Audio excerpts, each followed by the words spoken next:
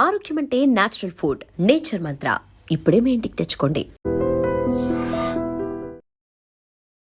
Hi guys, welcome to I dream. నేను మీ చాణక్య.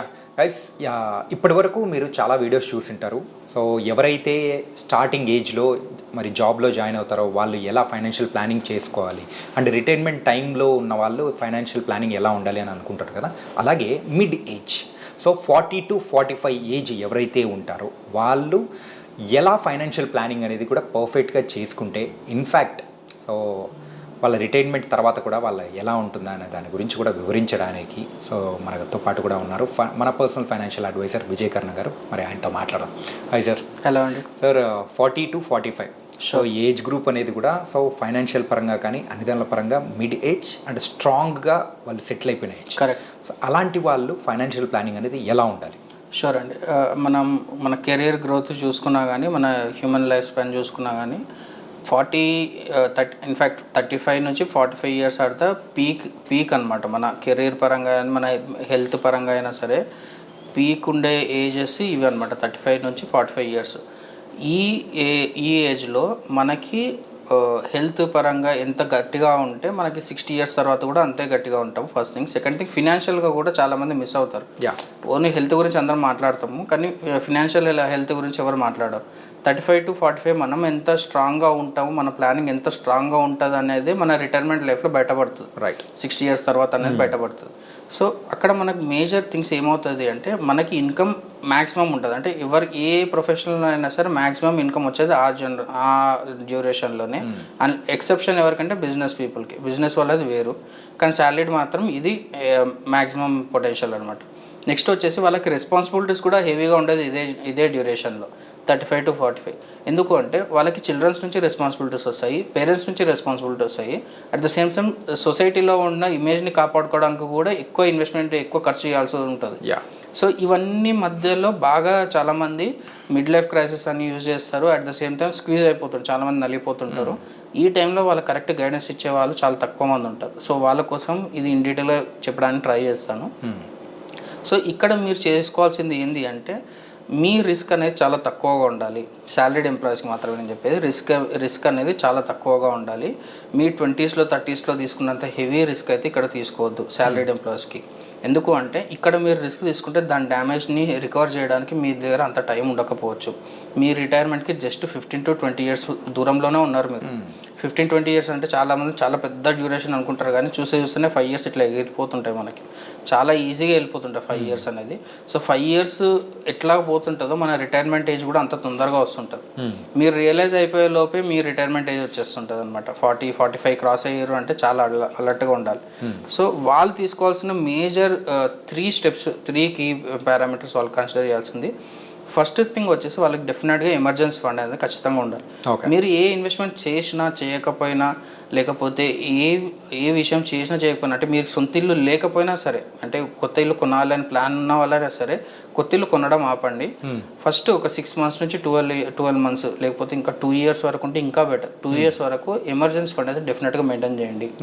మీ expenses ఏవైతే ఉన్నాయో అవి డెఫినెట్గా ఒక ఎమర్జెన్సీ ఫండ్, అది బ్యాంక్ ఎఫ్డీ అయినా సరే, లిక్విడ్ మ్యూచువల్ ఫండ్లో అయినా సరే స్టోర్ చేసి పెట్టుకోండి.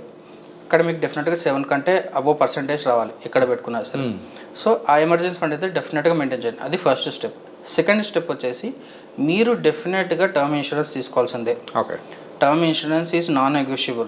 మీకు అసలు నెగోషియేట్ చేయాల్సిన అవసరం లేదు. మీకు కార్పొరేట్ నుంచి ఇన్సూరెన్స్ వచ్చినా సరే మీ పర్సనల్ టర్మ్ ఇన్సూరెన్స్ ఉండాల్సిందే. చాలామంది ఆల్రెడీ రిలీజ్ అయి ఉంటారు. 40-45 క్రాస్ అయిన తర్వాత వాళ్ళు ఎంఎన్సీలలో ఉండరు, బయటకు వచ్చేస్తుంటారు. ఐదర్ స్టార్టప్స్లో కొనొస్తారు లేకపోతే చిన్న కంపెనీస్కి వచ్చేస్తారు. అక్కడ కార్పొరేట్స్, అక్కడ వాళ్ళ కంపెనీస్ వాళ్ళకి ఇన్సూరెన్స్లు ఇవ్వవు. వీళ్ళ ఓన్ ఇన్సూరెన్స్ ఏదైతుందో అదే క్యారీ ఫార్వర్డ్ అవుతుంటుంది. సో డెఫినెట్గా టర్మ్ ఇన్సూరెన్స్ అనేది మీరు మీ ఫ్యామిలీ ఖచ్చితంగా తీసుకోవాల్సిందే. తీసుకుంటే యూ విల్ బీ లైక్ ఒక పెద్ద రిస్క్ ఫ్యాక్టర్ నుంచి బయటపడ్డట్లు ఉంటుంది. అంటే రేపు పొద్దున మనకి 45 ఇయర్స్ క్రాస్ అయిన తర్వాత ఏ ఒక్క రిస్క్ వచ్చినా సరే మన ఫ్యామిలీ ఎఫెక్ట్ కాకుండా అక్కడ కాపాడుతుంది. అంటే ఈ రెండిటికంటే ఎమర్జెన్సీ ఫండ్, టర్మ్ ఇన్సూరెన్స్ కంటే వన్ మేజర్ ఇంపార్టెంట్ ఫ్యాక్టర్ వచ్చేసి హెల్త్ ఇన్సూరెన్స్. పైన 2 లేకపోయినా సరే హెల్త్ ఇన్సూరెన్స్ మ్యాండేటరీ తీసుకోవాలి. సో నేను ఎందుకు ఒకటి తప్పితే ఇంకోటన్నా ఖచ్చితంగా తీసుకోవాలని చెప్తున్నాను అంటే చాలామంది 3 అఫోర్డ్ చేయలేరు. కొంతమంది ఎమర్జెన్సీ ఫండ్ అఫోర్డ్ చేయలేరు, కొంతమంది టర్మ్ ఇన్సూరెన్స్ కూడా అఫోర్డ్ చేయలేరు. కానీ ఈ రెండు అఫోర్డ్ చేయకపోయినా సరే హెల్త్ ఇన్సూరెన్స్ అనేది మ్యాండేటరీగా తీసుకోండి. ఓకే. సో ఈ హెల్త్ ఇన్సూరెన్స్ మనం గట్టిగా ఉండి మనం కరెక్ట్గా day to day work manage చేస్తుంటే మనకు మంత్లీ ఇన్కమ్ వస్తుంది. దాంతో మన లైఫ్ సైకిల్ అనేది ముందరికి వెళ్తుంటుంది. హెల్త్ ఇన్సూరెన్స్ కరెక్ట్ లేకపోతే చాలు మన జనరేషన్ కాదు, నెక్స్ట్ జనరేషన్ కూడా ఆగిపోతుంది, వాళ్ళ గ్రోత్ అనేది ఆగిపోతుంది. So health insurance, term insurance and emergency fund ఇవైతే ఖచ్చితంగా మేనేజ్ చేయాల్సిందే, ఈ ఖచ్చితంగా కంట్రోల్లో ఉండాల్సిందే. And third most important thing ఏంటంటే లోన్స్ అనేది చాలా కంట్రోల్గా ఉండాలి. హయ్యర్ ఇంట్రెస్ట్ రేట్లో ఉన్న లోన్స్ అనేది డెఫినెట్గా క్లియర్ చేసేసుకోవాలి. హైయర్ ఇంట్రెస్ట్ రేట్ అంటే ఎంత అంటే 12%, 14% అబవ్ ఉన్న ఇంట్రెస్ట్ రేట్లు ఉన్న లోన్స్ అన్నీ క్లియర్ చేసుకోవాల్సిందే.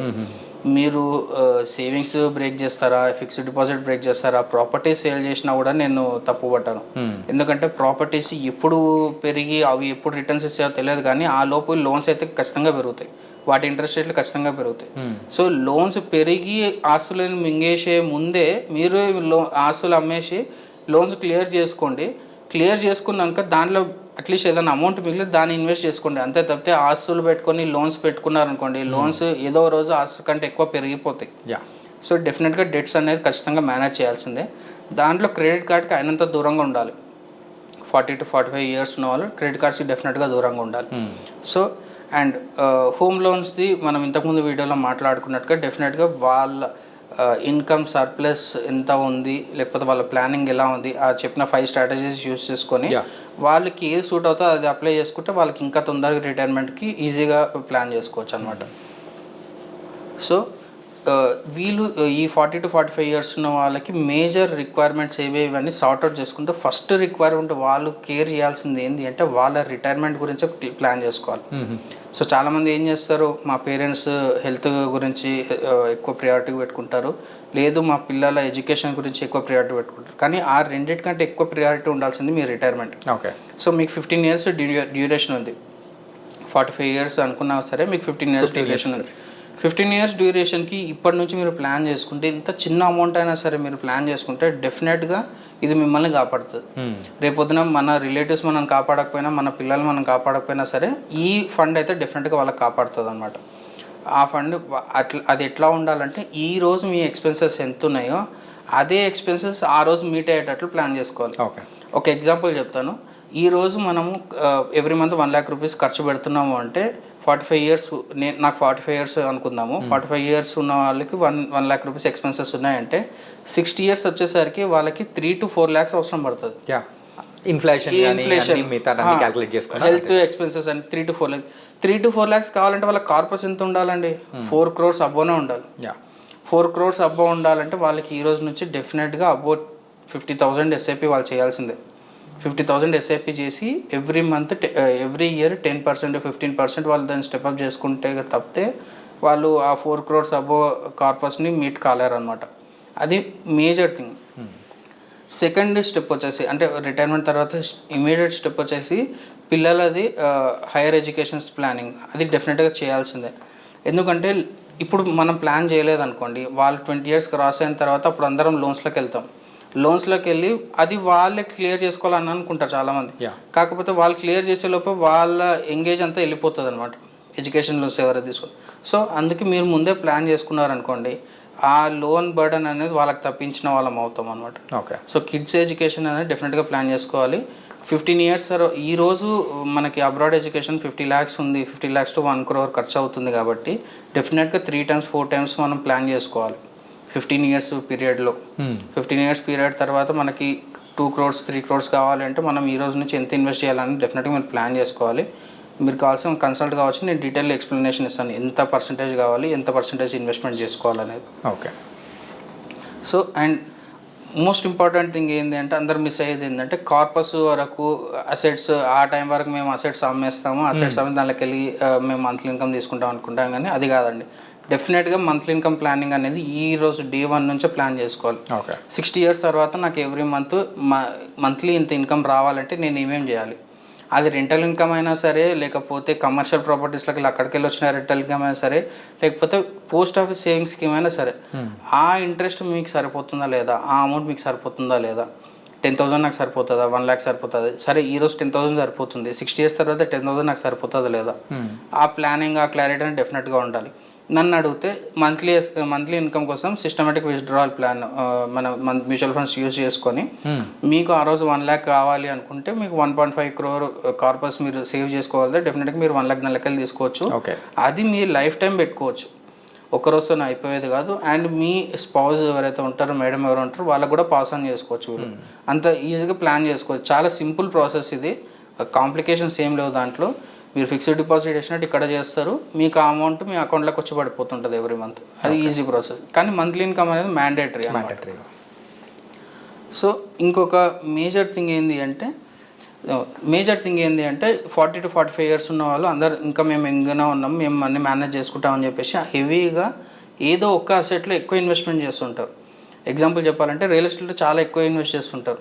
మేము డౌన్ ద లైన్ మా పిల్లల పెళ్ళిళ్ళకి కానీ ఏ రిక్వైర్మెంట్ అయినా సరే ఒక్కొక్క అసెట్కి ఒక్కొక్క రిక్వైర్మెంట్ పెట్టుకుంటారు. అట్లా కూడా మంచి ప్లాన్ చేసుకున్న వాళ్ళు ఉన్నారు. అంటే ఈ అసెట్ నుంచి దాన్ని అమ్మేస్తే ఈ పాప మ్యారేజ్ కావడము, లేకపోతే ఈ ఆస్తి అమ్మేసి ఈ బాబుది అబ్రాడ్ పంపించడం అన్నట్లు వాళ్ళు ప్లాన్ చేసుకుంటున్నారు. అది మంచిదే.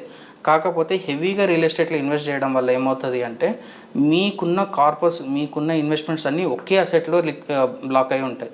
ఇప్పుడు మనం లాస్ట్ 1-2 years నుంచి చూస్తున్నాం కదా, రియల్ ఎస్టేట్లో మూమెంట్ ఎక్కువ లేనప్పుడు కొనేవాళ్ళు చాలా తక్కువ మంది ఉంటారు. మన వాల్యూ ఎక్కువనే ఉండొచ్చు, మన ల్యాండ్ వాల్యూ 1 CR 2 CR ఉండొచ్చు, కానీ మనం అమ్ముదామని పోయినప్పుడు అది 50 lakhsకి 80 lakhsకి అడుగుతారు. సో అప్పుడు మీరు ఇన్ని ఇయర్స్ నుంచి కష్టపడి దాచుకున్న ఇన్వెస్ట్మెంట్స్ అన్నీ ఒక్క డీల్లో వెళ్ళిపోతాయి అనమాట. సో అందుకే మీరు దాన్ని అసెట్ అలొకేషన్ అంటాం కదా మనం, అట్లాగా మీరు రియల్ ఎస్టేట్లో ఇన్వెస్ట్ చేయండి, ఒక 20% వరకు ఇన్వెస్ట్ చేయండి. మిగతాది ఏదైతే ఇల్లిక్విడ్ అంటే ఎక్కడైతే మనకి ఈజీగా యాక్సెసిబుల్ మనీ వస్తుందో అక్కడ మీరు ఎక్కువ ఇన్వెస్ట్ చేసుకోండి. అంటే అవసరానికి తగ్గట్టు మనకు వెంటనే వచ్చే టైప్లో. ఎగ్జాక్ట్లీ. నేను ఈరోజు మ్యూచువల్ ఫండ్స్లో విత్డ్రాల్ పెడితే నెక్స్ట్ 2 daysలో నా అకౌంట్లోకి అమౌంట్ వచ్చి పడుతుంది. అది ఎక్కువనా తక్కువనా సెకండరీ, మార్కెట్ రిలేటెడ్ కాబట్టి. సో డౌన్ ద లైన్ మనం 10 years తర్వాత అంటే డెఫినెట్గా అది కాంపౌండింగ్ అవుతుంది, డెఫినెట్గా ఎక్కువనే ఉంటుంది. కాకపోతే 2 daysలో నాకు వచ్చేస్తుంది. ఈ ఫ్లెక్సిబిలిటీ మనకి ఏ అసెట్లో ఎక్కడ ఏ ఇన్వెస్ట్మెంట్లో రాదు, మీకు ఫిక్స్డ్ డిపాజిట్లో కూడా రాదు. ఫిక్స్డ్ డిపాజిట్లో ఎందుకు రాదు అంటున్నంటే అక్కడ మీరు పెనాల్టీ ఛార్జెస్ కట్టాలి, దాన్ని బ్రేక్ చేయాలి, ఫిజికల్గా మనం వెళ్ళాలి, ఇవన్నీ ఉంటాయి. సో కానీ మ్యూచువల్ ఫండ్లో మీరు వితిన్ ఫోన్ ట్యాప్స్లో మీకు వచ్చేస్తుంది అనమాట, వితిన్ 2 daysలో వచ్చేస్తుంది. సో ఈ అడ్వాంటేజెస్ ఉంటాయి. సో రియల్ ఎస్టేట్లో కొంచెం తక్కువ ఇన్వెస్ట్ చేయండి, గోల్డ్లో కూడా చాలా తక్కువ ఇన్వెస్ట్ చేయండి. రేట్ పెరిగింది కదా అని చెప్పేసి ఎక్కువ ఇన్వెస్ట్ చేయకండి, ఎందుకంటే ఇప్పుడు ఏ అసెట్ క్రాష్ అవుతుందని ఎవరు చెప్పలేరు. రైట్. సో మీ గోల్ ఏంటి అంటే ఏ అసెట్ క్రాష్ అయినా సరే మిగతా 2-3 అసెట్లకి వెళ్ళి వచ్చే ఇన్కమ్ దీన్ని రెక్టిఫై చేసుకోవాలి, బ్యాలెన్స్ చేసుకోవాలి. సో ఈ మేజర్ థింగ్స్ అనేది ఖచ్చితంగా చూసుకోవాలి. And one of the major thing ఏంటి అంటే రిస్క్ తీసుకోకుండా భయపడి చాలామంది ఓన్లీ సేవింగ్స్ అకౌంట్స్లో ఫిక్స్డ్ డిపాజిట్లోనే పెడుతుంటారు. కానీ ఇప్పుడు మీరు రిస్క్ తీసుకోలేదు అనుకోండి, మీరు ఎంత అమౌంట్ సేవ్ చేసుకున్నా సరే 60 years తర్వాత అది అమౌంట్ మీకు సరిపోదు అనమాట. ఇన్ఫ్లేషన్ తినేస్తుంది అమౌంట్. సో ఈ మిస్టేక్స్ అనేది డెఫినెట్గా చేయొద్దు. అండ్ మేజర్ ఇంపార్టెంట్ పాయింట్ ఏంటి అంటే మీ పిల్లల ఎడ్యుకేషన్ గురించి, మీ పిల్లల భవిష్యత్తును ఆలోచన చేసుకొని మీ రిటైర్మెంట్ని మాత్రం పోస్ట్పోన్ చేయకండి, మీ రిటైర్మెంట్ ప్లాన్ మాత్రం పోస్ట్పోన్ చేయకండి. అది 500 rupees అయినా సరే, 50,000 SIP అయినా సరే ఈ రోజు నుంచి డెఫినెట్గా స్టార్ట్ చేయండి. ఎందుకంటే ఈ రోజు మిస్ అయ్యిందంటే డెఫినెట్గా ఇంకో 5 years మీరు దాని ముందరికి దోస్తారు, దాని తర్వాత చూస్తేనే 50 years క్రాస్ అయిపోతాయి అందరికి. So these are my suggestions అనమాట.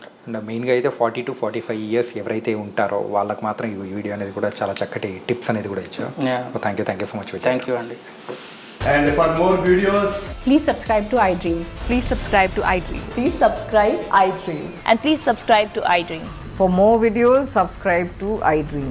please like, share and subscribe to the channel. Congratulations, iDream. Subscribe to iDream. Subscribe to iDream. So subscribe to iDream Media. iDream ki iDream team andarki huge congratulations. Please subscribe iDream Media. Please subscribe to iDream. Subscribe iDream. Please subscribe to iDream. iDream అంటే నా కళల channel subscribe చేసుకున్న నోరు తిరుగుతలేదు, మీరైతే గంట గుర్తు కొట్టండి. For more such videos, please subscribe to iDream. Subscribe to iDream. Please subscribe to iDream. Please subscribe iDream Media. Please do subscribe to iDream. Please subscribe to iDream Media. For best entertainment and information, please subscribe iDream. And don't forget to subscribe to iDream.